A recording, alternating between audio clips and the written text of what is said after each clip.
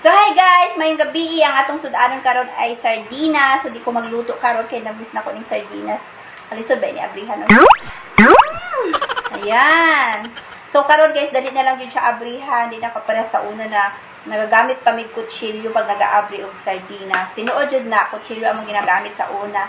At syempre na ako'y rice, isa ka kaldero na rice. Pero syempre di na ko ni mahurot no. Tingnan pa lang ninyo na busaw ko, di man oy.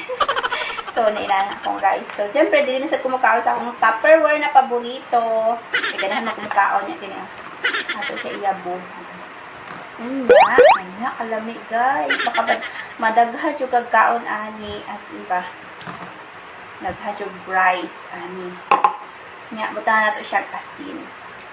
Gusto na ko na asin, guys. Depende na sa inyo kung ginabutangan yung asin ang inyong haba. Nakahinom-nom mo tong bata pa ko. Basta sardinas na jud ang sudan ba? Ingon na akong mama, sardinas ang sudan. Feeling jud ako guys, dato na jud ko. Ang yan, feeling ko, daghan na. Kung ano jud, lamig jud among sudan kay sardinas. Oo, bitaw.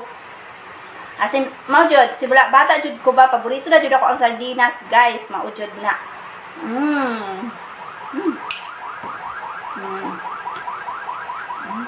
Kalami.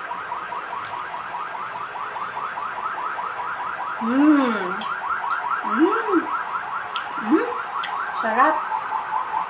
Wow guys, sarap.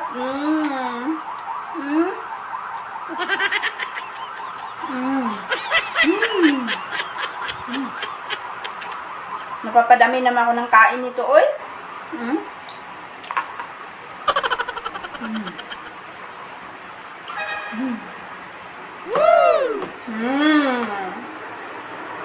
Basta guys, kung gadali mo ba, tapos di na mo ganahan magluto, mo na lang, sardinas na lang, dali lang dito ba? Lalo sa mga camping-camping, ani. Magdala lang kag sardinas niya. Ano lang, kaon dayon, o diba? Easy to kaon.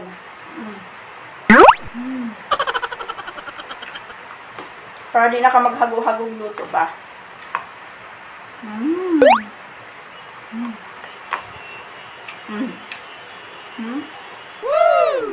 Lami ang sabaw. Sabaw with sardinas.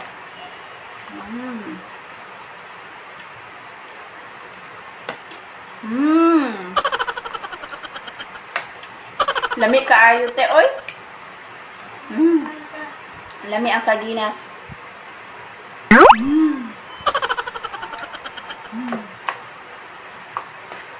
Mga unapod mo.